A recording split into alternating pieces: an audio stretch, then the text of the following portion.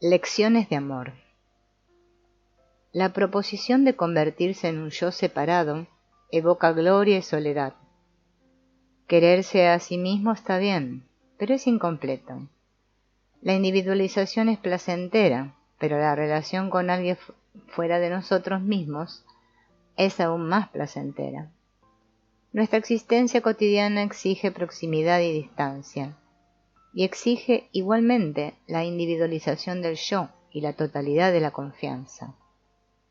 Reconciliamos el estado de identidad y la individualización a través de la relación humana que es el amor. Nuestra madre, nuestra primera amante, es la primera en instruirnos sobre el amor. Ella es nuestro auxilio, nuestro refugio, nuestra seguridad. El amor de nuestra madre puede no conocer límites ni condiciones, no ser egoísta ni esperar retribuciones. Vive para nosotros, no cabe duda de que podría morir por nosotros. ¿De qué estamos hablando? Seguramente nuestra madre de carne y hueso no puede compararse con este modelo. Nuestra madre se cansaba, se enojaba y se quejaba. Era seguro que amaba a otras personas y no siempre nos amaba a nosotros. Y sin duda hubo momentos en que la aburrimos, la molestamos y la exasperamos. Y sin embargo, dice Winnicott, si una madre es suficientemente buena, aquella bondad es percibida como perfección. Basta que sea suficientemente buena, y según lo certifican nuestros deseos y fantasías, nos dará la sensación de un amor incondicional. Cuando la madre del estado de identidad se convierte en la madre de la separación, empezamos a aprender acerca de los límites del amor. Conocemos tanto el precio que debemos pagar como el que no podemos pagar, y descubrimos que a veces el amor nos falla, que a veces queremos y no conseguimos. Y al conciliar todo esto en una escala vitalmente real para los otros y para uno mismo, empezamos a renunciar a lo que corresponde, empezamos a aceptar las pérdidas necesarias que surgen como las condiciones previas al amor humano. Pero no todos renunciamos. Algunos de nosotros continuaremos exigiendo aquel amor materno incondicional, aunque sea disfrazado de las relaciones de amor adulto, y nos enfurecemos cuando nuestra pareja exija un dar y recibir mutuo, cuando ella o él dé a entender que desea que sus necesidades sean satisfechas. Algunos de nosotros seguiremos exigiendo un amor materno incondicional, y si a nuestra pareja se le ocurre preguntar ¿qué soy yo en todo esto?, quizá realmente pensaremos que su pregunta no tiene sentido. El amor infantil es experimentado como armonía, como la identificación de mis necesidades con la de la madre. Solo cuando empezamos a separarnos descubrimos que las madres y los bebés tienen vidas diferentes y solo entonces aprendemos a amar a la madre que no es yo. Si bien el amor adulto debe empezar por la separación entre uno mismo y los otros, el deseo de neutralizar aquella separación sigue existiendo. Y el estar enamorado, se nos dice, sin importar lo maravillosamente maduros que puedan ser ambos amantes, contiene en sí el deseo de volver a los brazos de nuestra madre.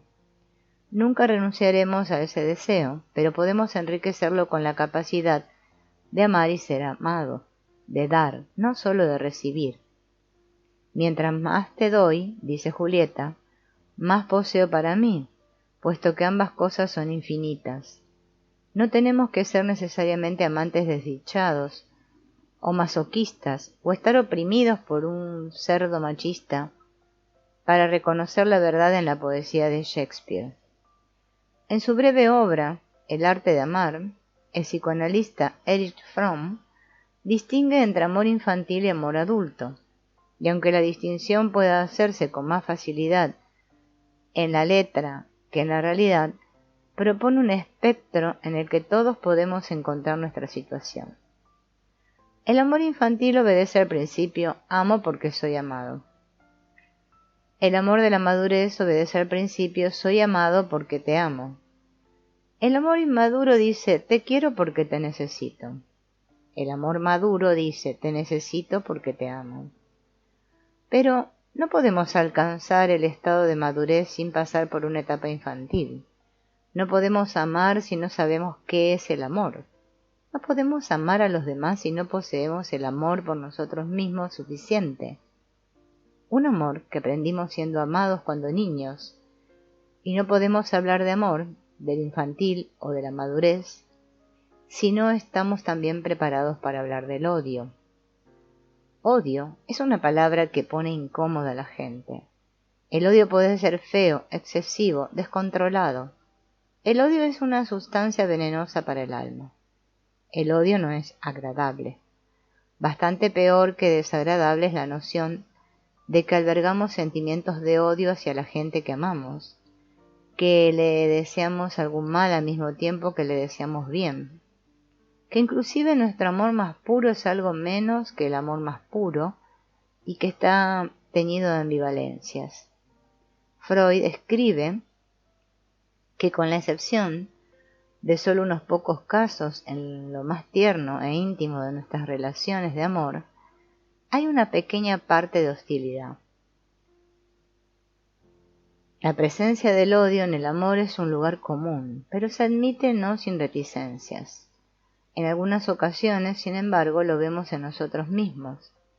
Empapada hasta los huesos mientras espero a mi marido en la lluvia porque ha tardado 20 minutos, chillo con genuina sinceridad.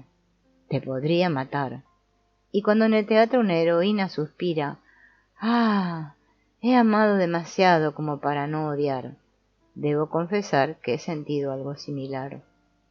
Pero cuando Winnicott enumera 18 razones por las cuales, desde su punto de vista, todas las mamás odian a sus bebés, la mayoría de las madres retrocedemos horrorizadas.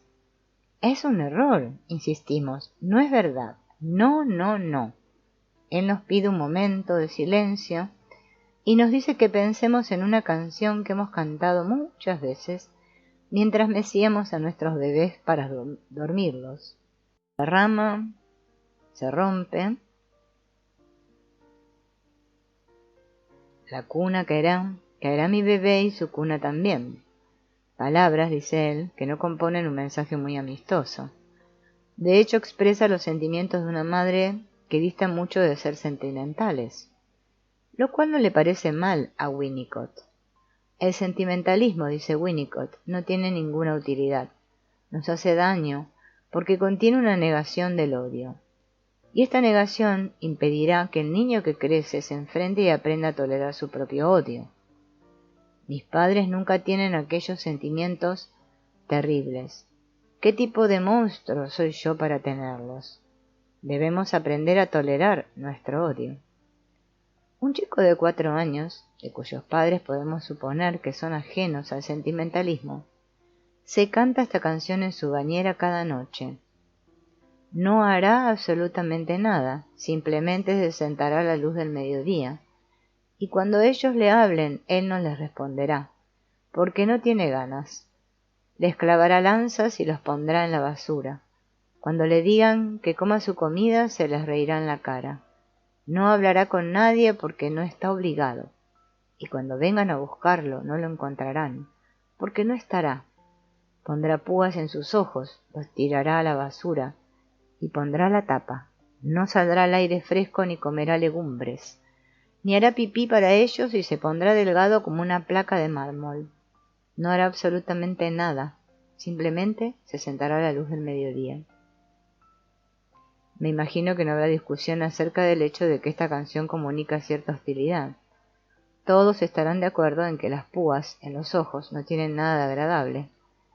Pero merece la pena discutir si el odio y la hostilidad son expresiones de un instinto básico de agresividad, o si la agresividad humana no es sino la expresión de un amor frustrado, decepcionado. Freud adoptó la primera posición y dijo que todos estamos gobernados por 2 instintos básicos, uno de agresividad y uno sexual. Sin embargo, y esto es esencial en su hipótesis, el sexo y la agresividad están frecuentemente mezclados.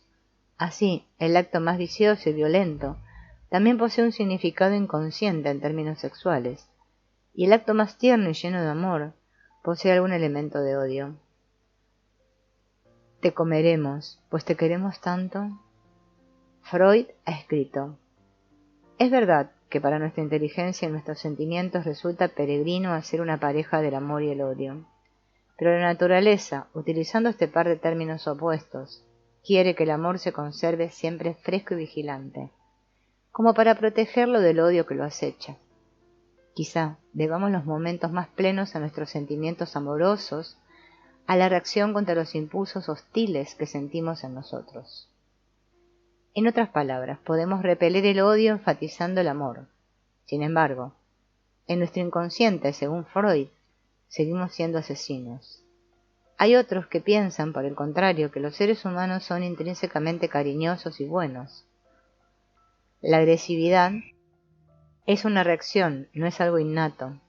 Este mundo imperfecto en el que nacimos es la causa de nuestra rabia, crueldad y hostilidad.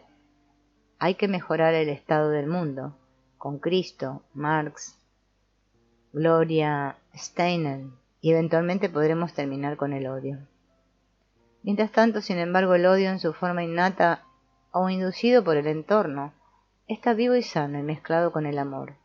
De hecho, el psicoanalista Rollo May sostiene que ambos son parte de lo que él define como lo demoníaco, lo cual incluye el sexo y la agresividad, lo creativo y lo destructivo, lo noble y lo vil. Lo demoníaco de lo que habla May se refiere a la necesidad que existe en todo ser humano de afirmarse, imponerse, perpetuarse y desarrollarse. Se trata de una fuerza más allá del bien y del mal. Se trata de una fuerza que, de no ser canalizada, puede llevarnos ciegamente de la copulación al asesinato.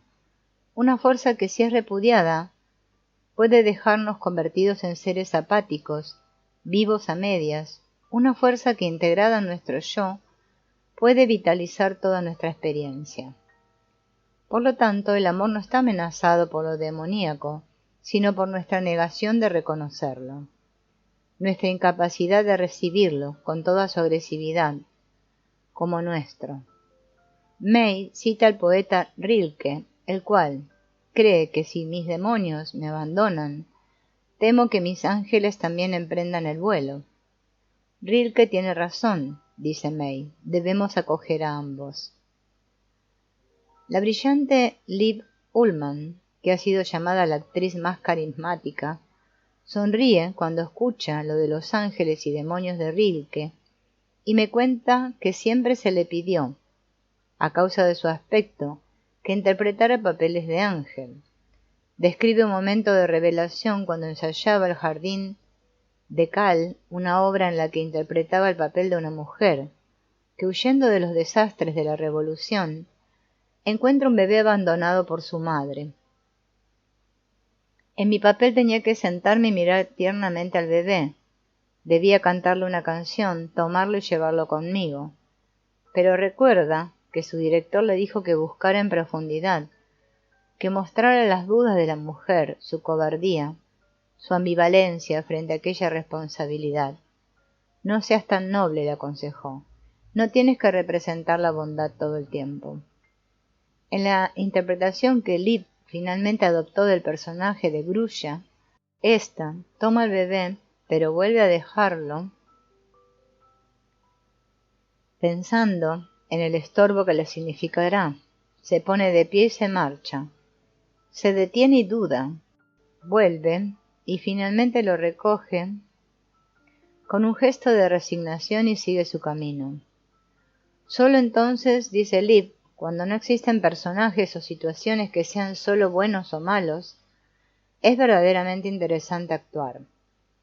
Liv cuenta lo fascinante que fue para ella mostrar ambos aspectos y mostrar la lucha entre ambos, puesto que siempre se le había enseñado que los niños buenos no tienen malos pensamientos. Liv dice que ahora, en su vida y en su profesión, sabe que llegar a ser bueno exige un trabajo, que la bondad siempre implica la elección de ser bueno. Reconocer nuestra agresividad no es un argumento para permitir la brutalidad, ni para permitirle que se exprese desafortunadamente. Tampoco contradice la idea de que a pesar de nuestra ambivalencia, los sentimientos amorosos prevalecen con frecuencia. Lo que sucede es que, de hecho, es verdad que podemos odiar a nuestra querida pareja, a los hijos, a los padres y a los amigos más queridos. Lo que sucede es que si intentamos decirnos a nosotros mismos que este asunto desagradable no tiene nada que ver conmigo, esto nos agota y a la larga puede ponernos en peligro. Nosotros también una vez tuvimos 4 años y pronunciamos palabras de odio. Quizás se nos dijo realmente no te sientas así. Quizás se nos enseñó que el amor significa nunca albergar el pensamiento de querer plantar púas en los ojos de los que verdaderamente amamos. Eso es mentira. Nuestra madre nos da nuestras primeras lecciones sobre el amor y sobre su pareja, el odio. Nuestro padre, segundo otro, nos ayuda a elaborarlas. Nos ofrece una alternativa a la relación madre-bebé, como modelo masculino. Puede actuar como complemento y contraste con el femenino, y nos puede dar a conocer otros y quizá bastante diferentes significados acerca de lo amoroso, del amor y de ser amado. Ahora es el momento de hacer una pausa y tomar nota del hecho de que los padres y los bebés pueden formar lazos tempranos y fuertes, y que con la excepción de darles de mamar con sus pechos, un padre puede hacer todo lo que hace una madre. Los padres pueden ser los que más se ocupan de los hijos. Sin embargo, después de afirmar esto, ¿estamos en condiciones de decir que el padre y la madre son fácilmente intercambiables? La respuesta parece ser un no bien justificado. Michael Schockman, de la Escuela de Medicina de Harvard y del Hospital de Niños de Boston, es una persona cuyas investigaciones han contribuido con valiosa información en el marco de la relación padre-hijo. Según él, el papel del padre con los pequeños tiene condicionantes biológicas mucho más sólidas de lo que solía pensarse. Ha comentado cómo los estudios demuestran que los padres son tan sensibles como las madres frente a los estímulos emocionales de sus hijos, y tan capaces como ellas de responder. Además, señala los estudios sobre el desarrollo de los vínculos en niños de edades comprendidas entre los 6 y los 24 meses, nos dan pruebas concluyentes de que los niños se sienten tan unidos al padre como a la madre.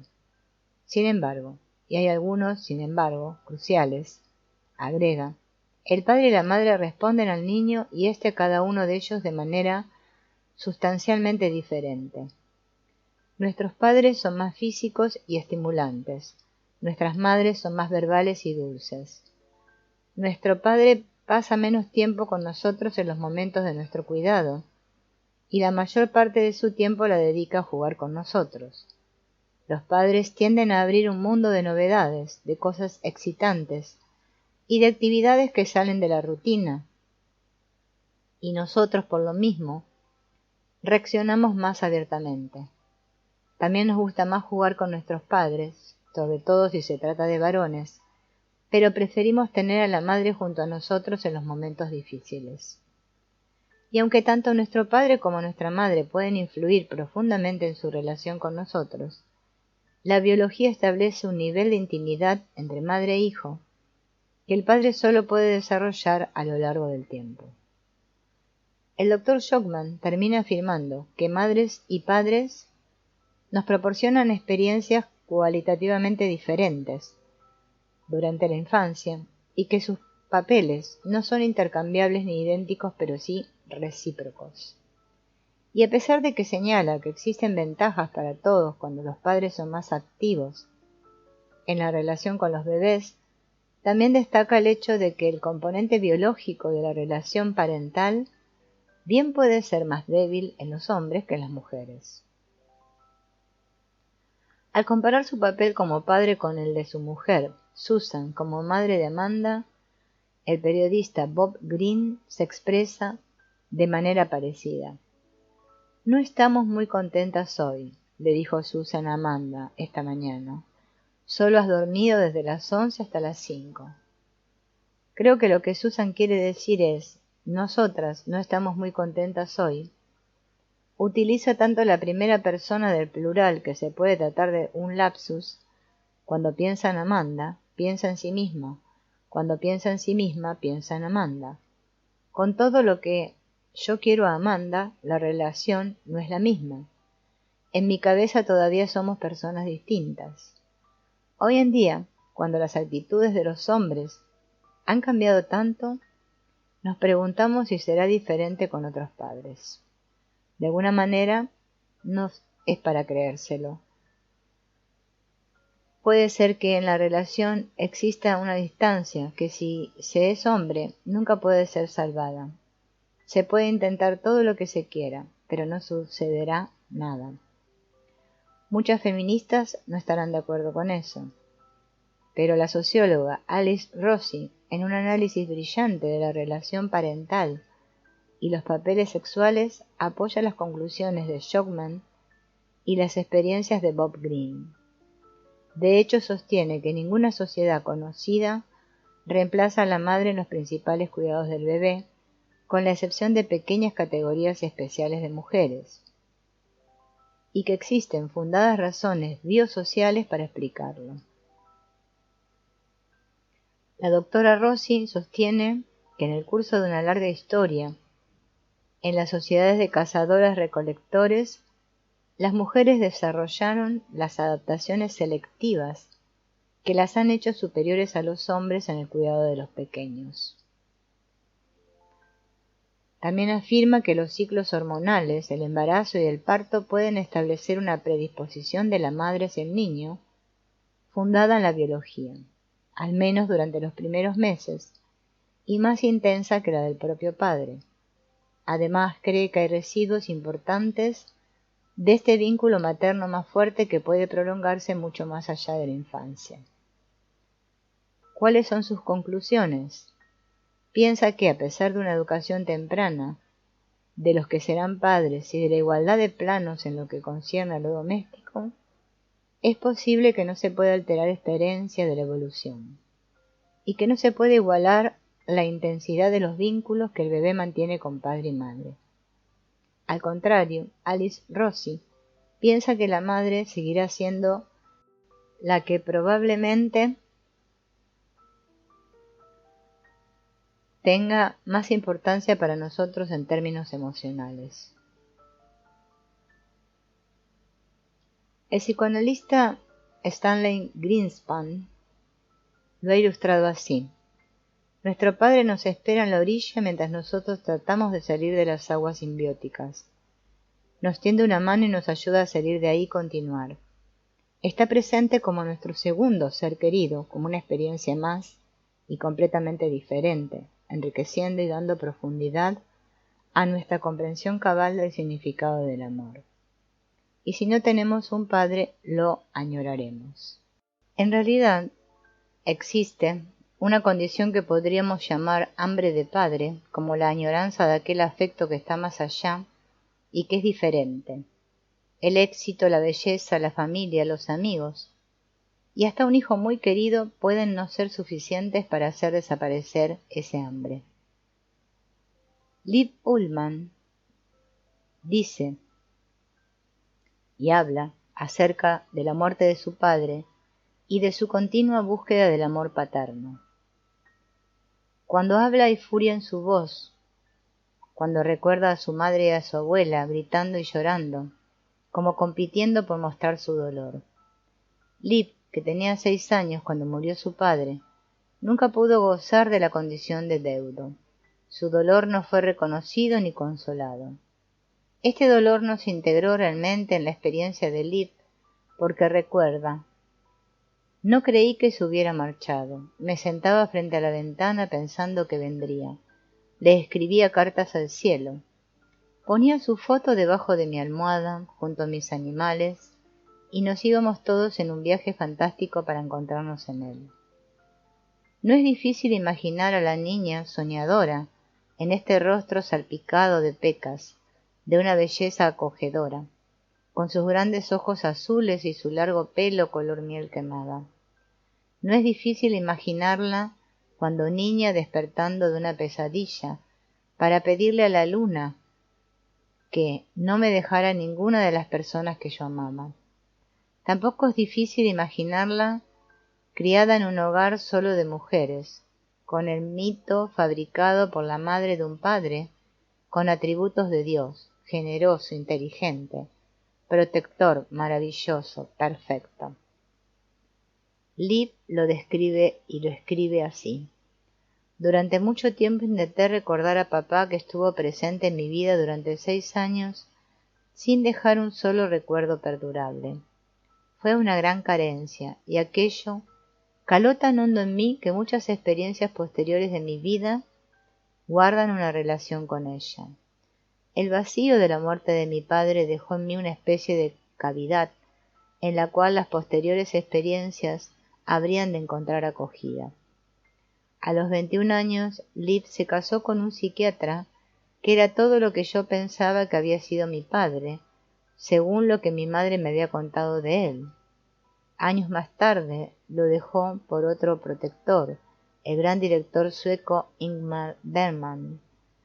Mis relaciones con los hombres, dice Liv, versan todas sobre mi búsqueda del padre, tratando de llenar un vacío de la infancia, creyendo que ese hombre existe y enfadándome con los pobres inocentes que no son ese hombre. Sus relaciones con los hombres aún versan sobre esta añoranza del padre. Pero Liv ya tiene más de 40 años. Su relación con Bergman acabó hace tiempo. La hija que tuvieron juntos es ya grande. Desde entonces ha conocido a otros hombres.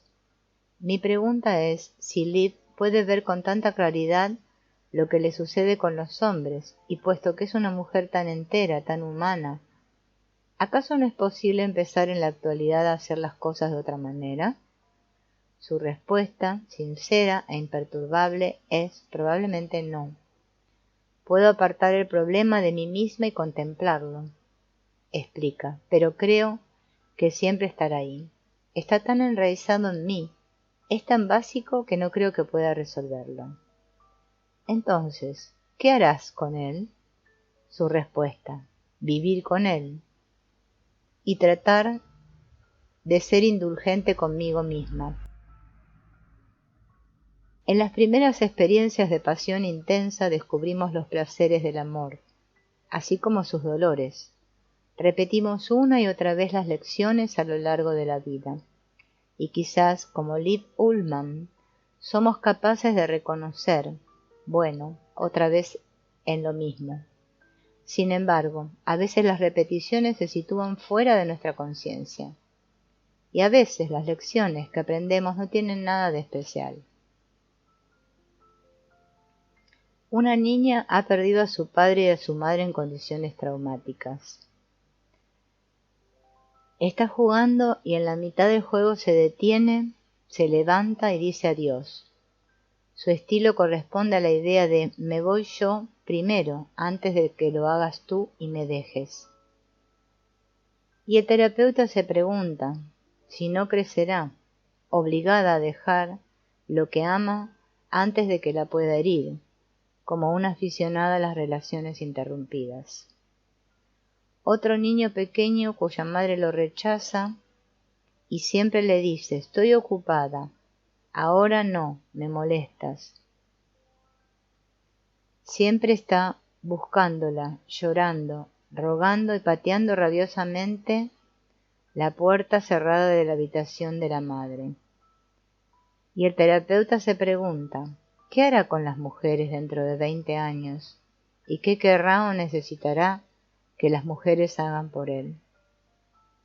Hay algo en la naturaleza humana que tiende a la repetición. De hecho, aquello se conoce como compulsión repetitiva.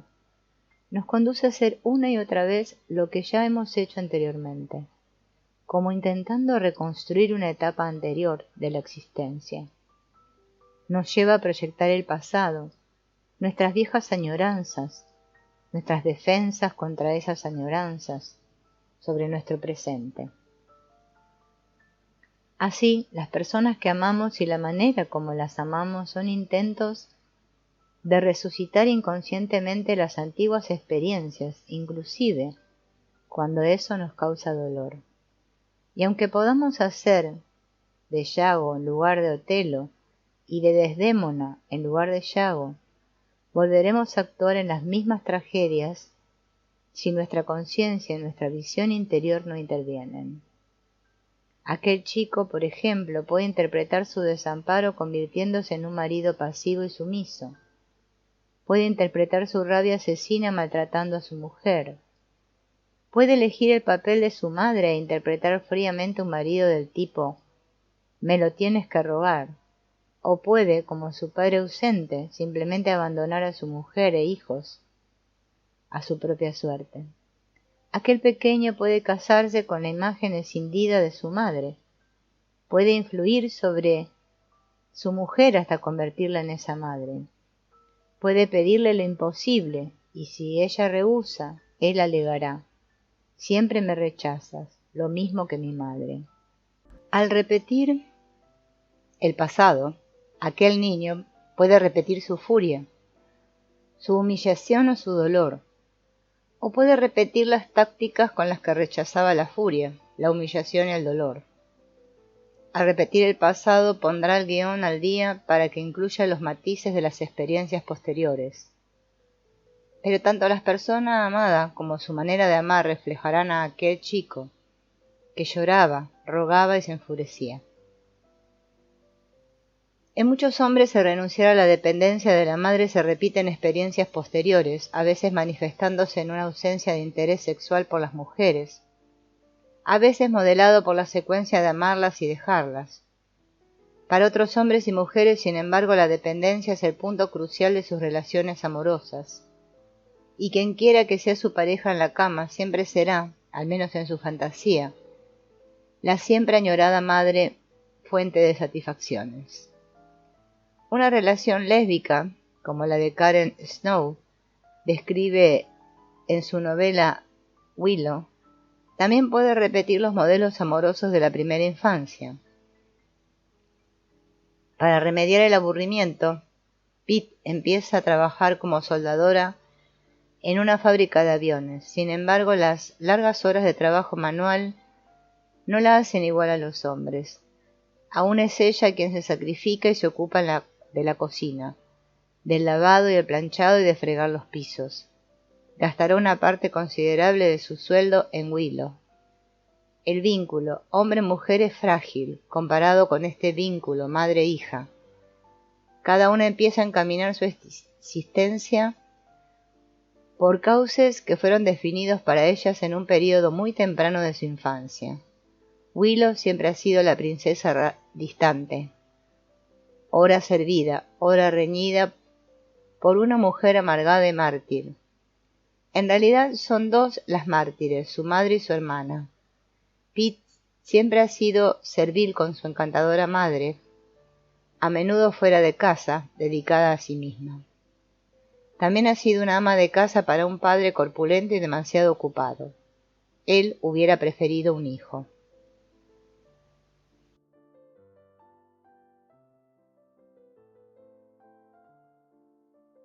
Al describir sus gustos, el pediatra activista político Benjamin Spock también nos revela una compulsión repetitiva, puesto que, como él mismo señala, siempre me han fascinado las mujeres más bien severas, mujeres que yo podría seducir a pesar de su severidad. El modelo de esta mujer, como bien lo sabe el doctor Spock, es su propia madre, una mujer sumamente exigente y crítica. Y sí, recién entrado en los 80, Spock, en verdad, es un hombre excepcionalmente encantador. El deseo de ganarse a su propia madre es una de las explicaciones. Siempre me han asombrado, dice, los hombres capaces de querer a mujeres más tranquilas y suaves. Aquellas conquistas, sugiere, son demasiado fáciles para tenerlas en cuenta. Siempre he necesitado a alguien que pensase que yo era especial, pero que también me planteaba un desafío. Dice que tanto su primera mujer, Jane, como la segunda, Mary Morgan, son versiones, aunque de modo muy distinto, de este tipo. Puesto que el doctor Spock no tuvo inconveniente en darte permiso a ti y Mary para que hablen de mí a solas, debo señalar aquí que Mary Morgan no está de acuerdo. Sostiene que ella no es el tipo de mujer crítica que Spock describe. Sin embargo, agrega, siempre está tratando de convertirme en esa persona, lo cual es igualmente una compulsión repetitiva. Repetimos el pasado mediante la reproducción de condiciones anteriores, con el gran desafío que aquello puede plantear, como la mujer descrita por Freud, que supo encontrar no uno ni dos, sino 3 hombres con quienes casarse, todos los cuales se enfermaron mortalmente después del matrimonio, lo cual le permitió a ella cuidarlos y permanecer junto a su lecho de muerte. También repetimos el pasado mediante la proyección de imágenes parentales en el presente, con la miope actitud que aquello revela, incapaces de reconocer, por ejemplo, que ser gentil no significa ser débil, que el silencio puede ser una forma de compañía, no de castigo, y que la gente silenciosa y amable puede estar ofreciéndonos algo nuevo, si pudiésemos verlo. Repetimos el pasado aún cuando tratamos conscientemente de no hacerlo, con lo poco que se puede esperar de eso, como en el caso de la mujer que despreciaba el matrimonio convencional y patriarcal de sus padres, tras lo cual había decidido hacer del suyo propio algo con un estilo completamente diferente. Su madre era mandoneada por su dominante padre, y bien, su marido sería del tipo de los dominados. Además, sería tan poco convencional, tan moderno y libre que traería abiertamente a sus amantes a casa. Pero luego dejó que sus amantes abusaran de ella y que la humillaran. Imaginamos que en su concepto de lo moderno cualquier cosa estaba bien, y así en su libertina existencia de mujer autónoma y más tarde como esposa, logró reproducir la sumisión que antes había condenado en la madre. La compulsión repetitiva, escribe Freud, explica por qué tal individuo siempre es traicionado por sus amigos, o por qué a tal otro siempre lo abandonan sus protegidas, y por qué las historias de amor de cada uno de los amantes puede pasar por etapas similares y terminar de la misma manera. Sin embargo, existe gente, dice Freud, que parece estar perseguida por un destino maligno o poseída por algún poder demoníaco. Su destino, a pesar de lo que parece, es casi siempre producto de sus propias obras y determinado por tempranas experiencias de la niñez. Nos parece razonable pensar en proyectar el pasado placentero en el presente, querer repetir los momentos felices de otros días, enamorarse de aquellos que se parecen a los primeros objetos de nuestro afecto, volver a hacerlo porque fue excelente la primera vez. Si mamá fue realmente maravillosa, ¿por qué no querría su hijo casarse con una chica igual a la que se casó su padre querido? En realidad, todo amor normalmente expresado no tiene por qué ser retorcido ni abiertamente incestuoso. Está destinado a gravitar en la transferencia amorosa. La repetición de lo placentero tiene un sentido, aunque nos cuesta más comprender la compulsión que repite lo doloroso. Freud ha intentado explicar esta compulsión como parte de un concepto dudoso llamado instinto de muerte, aunque también puede ser entendido como nuestro esfuerzo desesperado de deshacer, reescribir el pasado. En otras palabras, volvemos una y otra vez a lo mismo con la esperanza de que esta vez el desenlace sea diferente.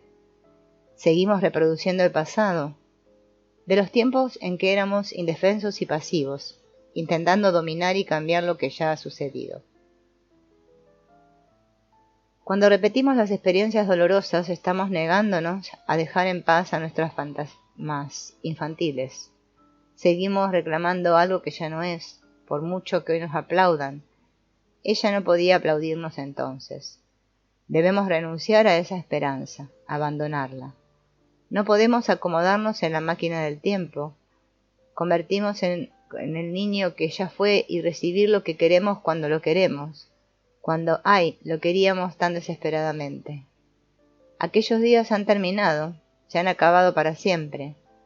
Tenemos necesidades a las cuales podemos responder de diferentes y mejores maneras, creando una experiencia nueva.